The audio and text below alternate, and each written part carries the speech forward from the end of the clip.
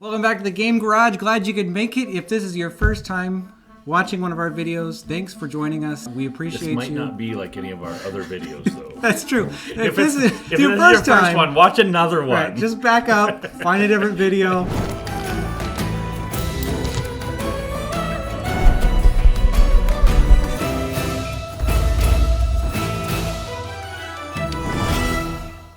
Here's what happened. It's Christmas time, and this video may not even come out near Christmas time because you know how we are. All the YouTubers that I follow that talk about board games right now, they are doing their like top 5, top 10 gifts that you should be buying. Gateway games. So we got to thinking, right? Well, are you blaming me entirely for this one? No. I just want to see if it's a good. At the end of the video, I'll know if it's a bad idea or good idea, and then. But right now I'm kind of on the side of the fence that says it's a bad idea. Staying neutral. Or, no, not even neutral. No, not even neutral. Leaning. I am leaning heavily. Here's the idea. 5 games that we own that we don't like. Okay. But I'm not done. Because 5 games we own we don't like that we're not willing to get rid of. That's a lot of conditions here. So when he told me that, I'm like, okay, so I've got to look at my thing and say, okay, I don't like that game. I'm keeping it. Right, but you don't like it. For some odd reason. Yeah, I don't like it, but for some reason. Here's why I'm thinking about this. I think there are games on your shelf right now that you do not like, but you're not going to get rid of for whatever reason. Maybe it's a collectible. Maybe it has nostalgic value. Maybe your wife will only play that game. I'm telling you, there's got to be people out there like this. What we have here is a list of 10 games in which only one of them you should buy. Right, because we don't like them, but 5% of you do. Somebody might like it, and they're actually. I don't think they're bad games. Yeah, they're good games. That's what I don't think any of these are bad. In fact, I've seen some of these. I've seen 2 or 3 of these on people's top 10s. Yeah. These would even be exceptional games, but not for me. Okay, so if you think this is a bad idea.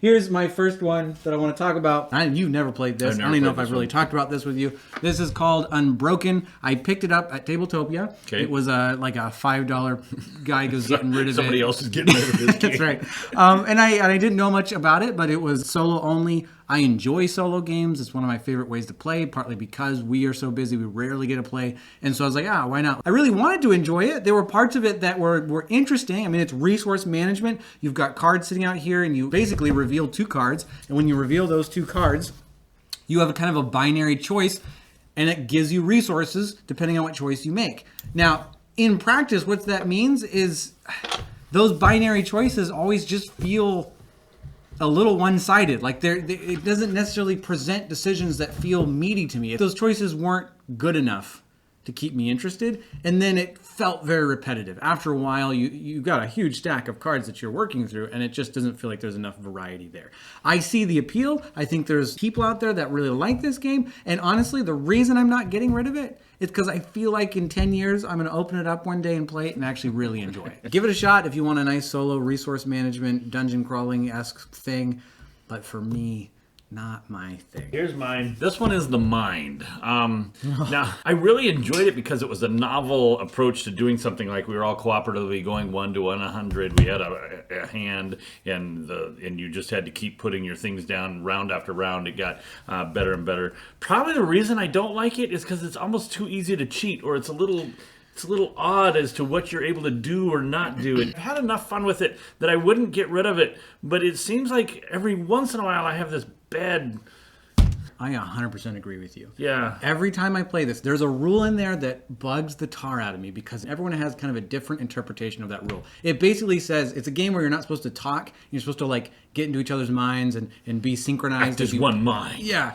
In the rules, there are certain things that you're not allowed to do that, in my opinion, that's the only way to have fun with this game. Like the rule that I can't, if you know the game, you can't count in your head. But that's part of the fun of it. That's how you synchronize a group. It's like I know that I can't tap 1, 2, 3. Right, 4, that's 5. too I can't obvious. Do that, and I shouldn't be doing this, But at some point, your mind has to sync together. I've had fun with it, but whenever it comes off, I'm kind of like, oh, which way is this game gonna go? So it's fairly beat up. So you've definitely taken I've definitely places. played it, yeah, and it has such a novel, it's such a unique game. That it's fun to play. I just don't like it. I mean, it fits what you said. I wouldn't get rid of it, but I don't care for it that much. This one's gonna surprise you. Oh, really? What Is this in your top 10? Let's see, my top 10. Oh, it's up there, isn't it? No, but it's way up there. Well, it's the one you said wasn't a game, Superfight. Yeah, I just grabbed the locations deck. This is an expansion. But it stands in, represents the whole game. Represents the whole game? Yes, here's why. Let me explain. Don't a bad murder me idea. yet. I don't like, let me explain. I don't like playing it. Oh. I like running it. Oh, you like to Yeah. you like to help people, facilitate people. Did I redeem myself there? Okay, I can handle that. I have enjoyed playing it. If you don't know what it is, you're arguing. It's a lot of like debate, and then it's a vote. A structured argument with. Yeah, I don't necessarily love playing it because the way you win, you got to convince the group. I enjoy a good argument. I just don't necessarily convince groups. I just feel like they usually always turn against me, and I know it's something I'm doing. I don't always know what that is, but I don't enjoy that part. However, running it, tons of fun. I love being the MC, the person that's managing the argument, because all I have to do is poke holes in people's arguments and then make them have to defend themselves and kind of help the underdog when they're behind. If you have a youth group or if you have to work with a whole bunch of people, picking up the basic deck and using that as a starting point, because it's extremely subjective. Yeah. I mean, even the way you figure out who wins. And I don't think either of us play it according to whatever list. Oh, no, rules we don't we've play the added rules and or made anything up like that. We play with 80 people and have a good time. I've never played it at a table. Yeah. Okay, Don, you might not think Cockroach Poker. Whoa, yeah. whoa, hey. That hurts. Cockroach Poker goes with me quite often. Now, how would you explain this game? It's a bluffing game. It's a bluffing game. Yeah. You have a card. It says it right here. A bluffing game of royal proportions. So you have a card, you say what it is, you give it to the next person, give it to the next person. And the only reason I don't like it, now with a group of people who know each other really well, who are really, like, play a lot of games together, I think you would enjoy this game.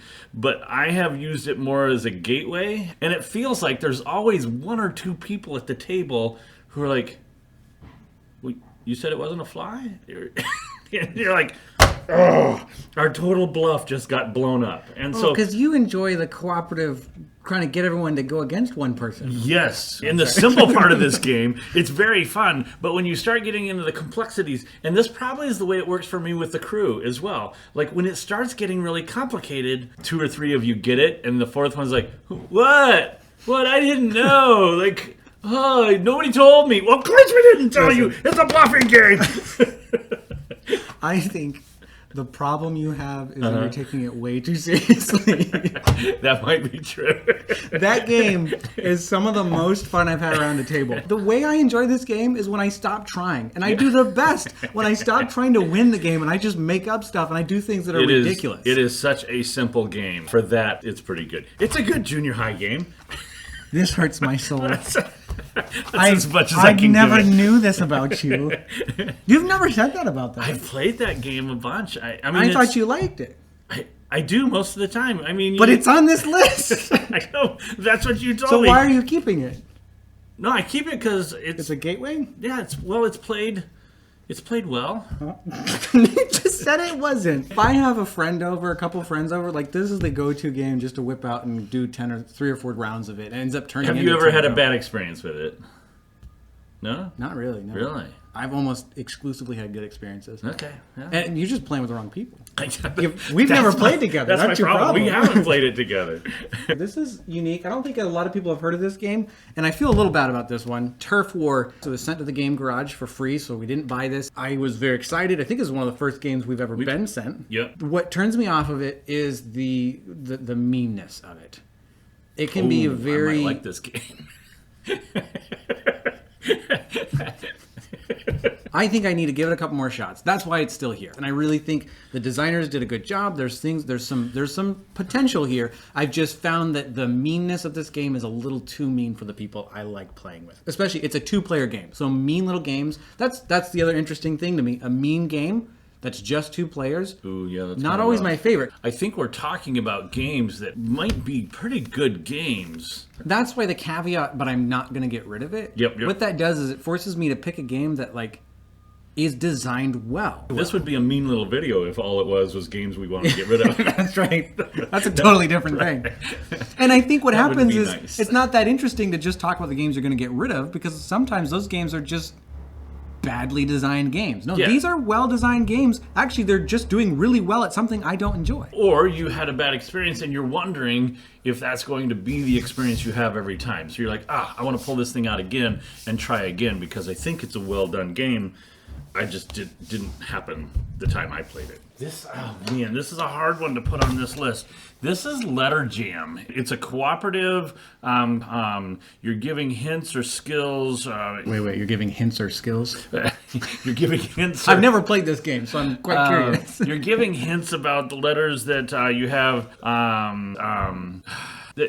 Okay, let me read it. Letter Jam is a game of deduction and teamwork. Imagine yourself in your fellow players' places to find clues that will be good for them. Guess your letters from the clues that they give you. The final challenge will reveal the fruits of your combined efforts. Pull together as a team, and you will taste the sweetness of victory. I really enjoyed this game the first time I played. It's a well-built game. It's got a lot of good components to it. I've actually recommended this game to several people who tell me that they like word games and stuff like that. But I have yet to find a whole group that will play with me that want to play that game. This fits that category of I don't want to get rid of it, but I so many times come to it and I see it and I'm like, no, this group isn't going to play that. I haven't pulled it out with hardly anybody. You need to bring it up to my house. Yep. And we need to have my wife and I play, because I think we would actually really enjoy this. Your and I see that it's Sherry would probably she would enjoy probably. that. Oh yeah. Yeah. It's killing me that you covered the strawberry. Well, I gotta put the thing somewhere, and I didn't want to put it over to cooperative word games. This is why we really can't get rid of any of our games. We put 'Cause we got a stickers on sticker them. on it. You know how many people we make angry? That's the only way that this game comes back to me when I load it out. And you know what? This is not part of this video, but in defense of this, I think some people think this is like blasphemous to put stickers. I think we have friends that would be like, have judged us for this. But there's a certain kind of ownership and enjoyment to customizing things. Like, sure. I really you gotta have it. a good sticker. Yeah, I don't care. Like, my letter jam looks different than yours. That's right. That was a hard one to put on the list. You just need a good experience. Yeah, but I haven't had a good experience. You need to play with me. Yep. That's your problem. This next one might be a little controversial. I do not like Calico. I think I got him this game. You did. But you didn't get it from me. It's not technically mine, so I guess maybe this breaks the rules. Maybe this breaks my whole concept. This is technically my wife's. He's giving away, he's not giving away his wife's game. No, it's two reasons I'm not getting rid of it. I thought she might like the game, but anyway. 2 reasons I won't get rid of it. My wife really likes it, and it's technically her game. I was actually thinking about this. It'd be really embarrassing if we picked a game we bought for each other, but here we are. But here's why I don't like it. The puzzle is not enjoyable for me. It's almost purely a puzzle game. You're selecting tiles to play on your little quilt or whatever you're making. And as you make these quilts, there's only a certain types of tiles that show up at certain times, and every game is going to be a different kind of scoring mechanism. It's well designed. I understand why people love this game. I don't enjoy the puzzle. It hurts my brain. I'm not relaxed while I'm thinking. It's not like a Zen puzzle game. It's just a painful brain burner for me. But my wife does like it, and I will play it with her. It's one that I can handle playing. Okay, here's Quirky Circuits. This is an interesting one.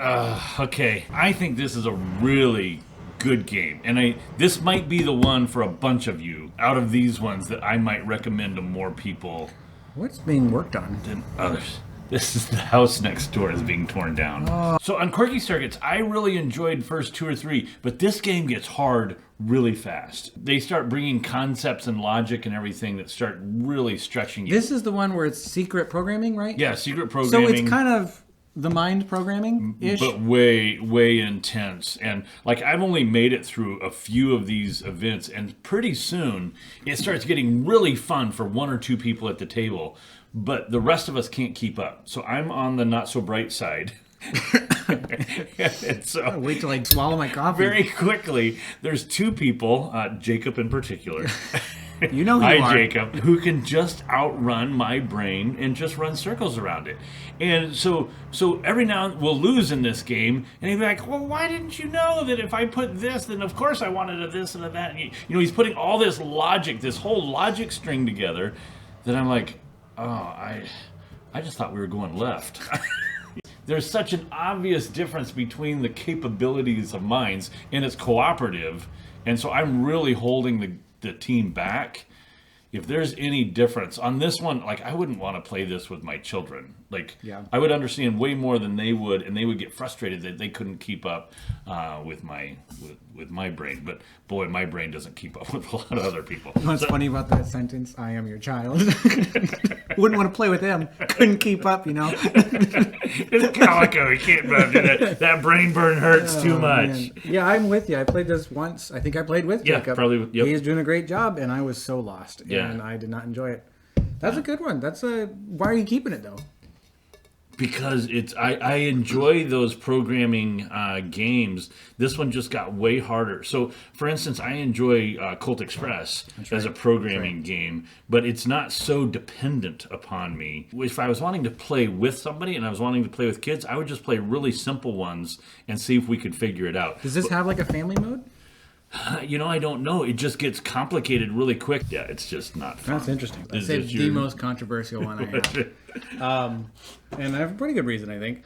And you've never played this. I have Arkham Horror, the card game. And I know this is like, I think, number one on BGG for like thematic, maybe. Here's the thing. I only have the core box, not like the redone core box that's a lot better now. I enjoyed. I played through the campaign, I think, twice in this box. Here's my problem. I got Marvel Champions, and Marvel Champions is just more relaxing for me. I don't have to keep track of anything. Like, there are campaigns in Marvel Champions, but I can just whip out a 15-minute round of Marvel Champions and call it a day, which is like, fits perfectly in my life right now. Arkham Horror, it feels like more of a commitment. It feels like I have to keep buying more. For me, Marvel Champions is just fit the card game deck builder thing that I want, and especially for solo play.